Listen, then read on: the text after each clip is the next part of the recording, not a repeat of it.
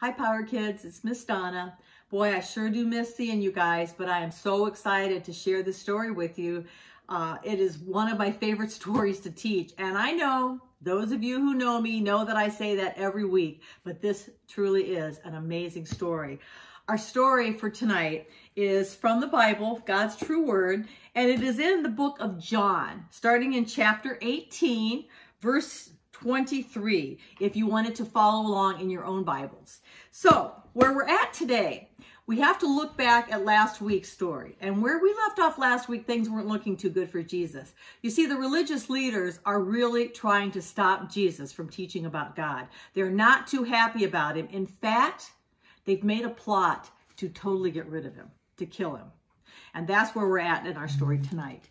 In fact, one of the many sad things about this story is it is one of Jesus's friends that the religious leaders used to help find where he was and who he was.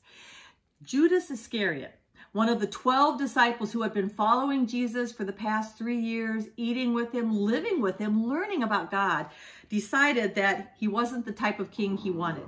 So he went to the religious leaders and told them, I will point out Jesus to you. And the religious leaders wanted that. They wanted to get rid of Jesus. So they told Judas, we will give you 30 pieces of silver if you will point out Jesus to us.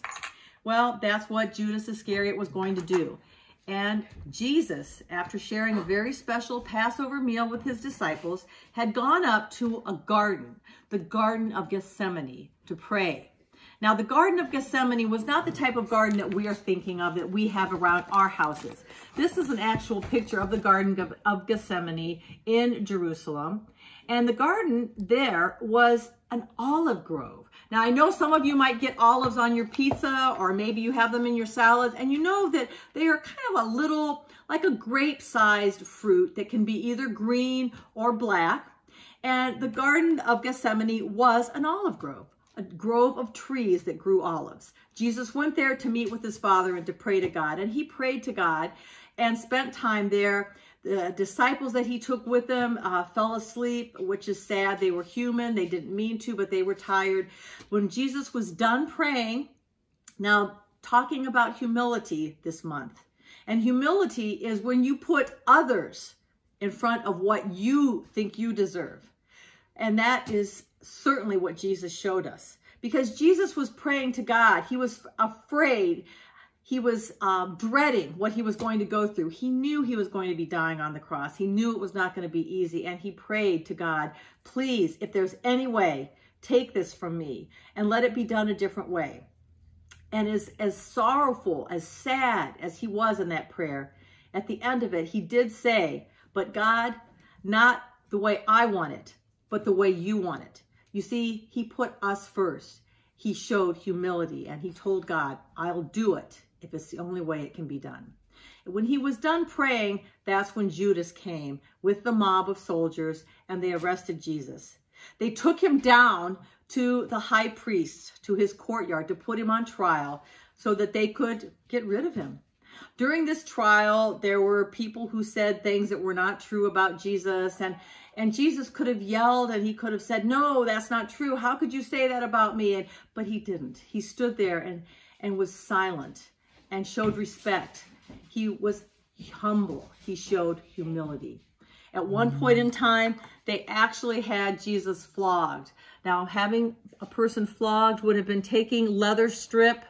They would have tied pieces of bone, pieces of glass, pieces of rock that were sharp, and they would have put that and whipped the back of the person they were flogging, and in this case, Jesus.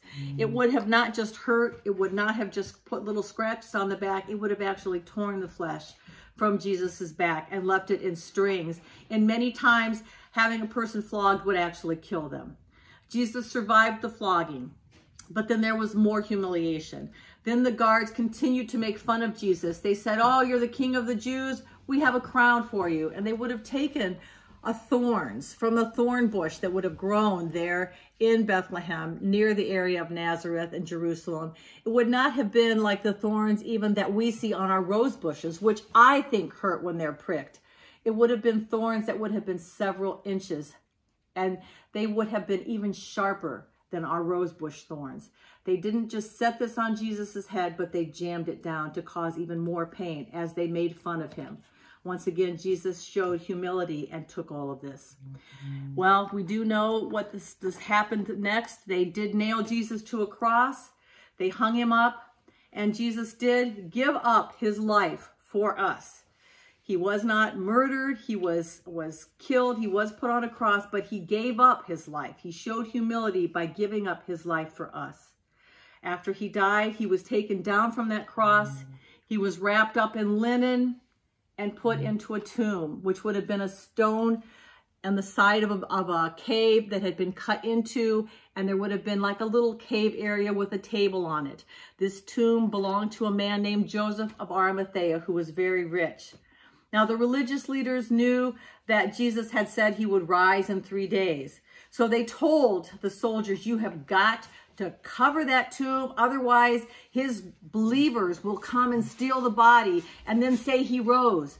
So a very heavy stone was rolled in front of the tomb to make sure that the body could not leave, that it could not be taken. Well, after 3 days, Mary Magdalene and Jesus's other disciples were, of course, horribly saddened. They had watched Jesus die on the cross, but Mary Magdalene went to the tomb because she wanted to clean up Jesus's body and just put spices on it and to show it love, because they loved him so much.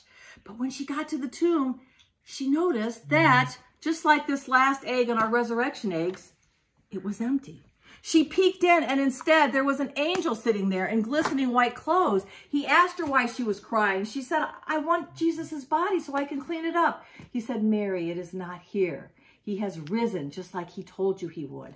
She couldn't believe it. She ran back to where the other disciples were. She saw Peter, one of the special friends. She saw John, one of the special friends. She brought them with her. They saw that the body was not there.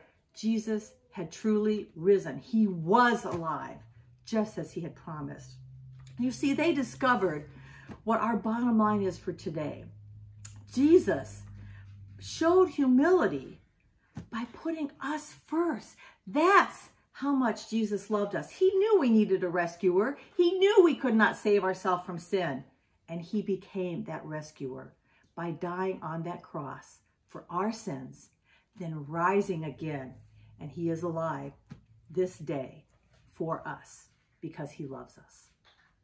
Well, Power Kids, if you need time to do your God times, I know you don't have them with you, but if you go on your Grace Church app, your parents can get the Stay Connected tab. They can scroll down, and there's a whole bunch of different things, a parent queue, things that you can look at on YouTube, music that you can listen to that will help you stay connected with the wonderful story of Jesus and God through his word, our Bible.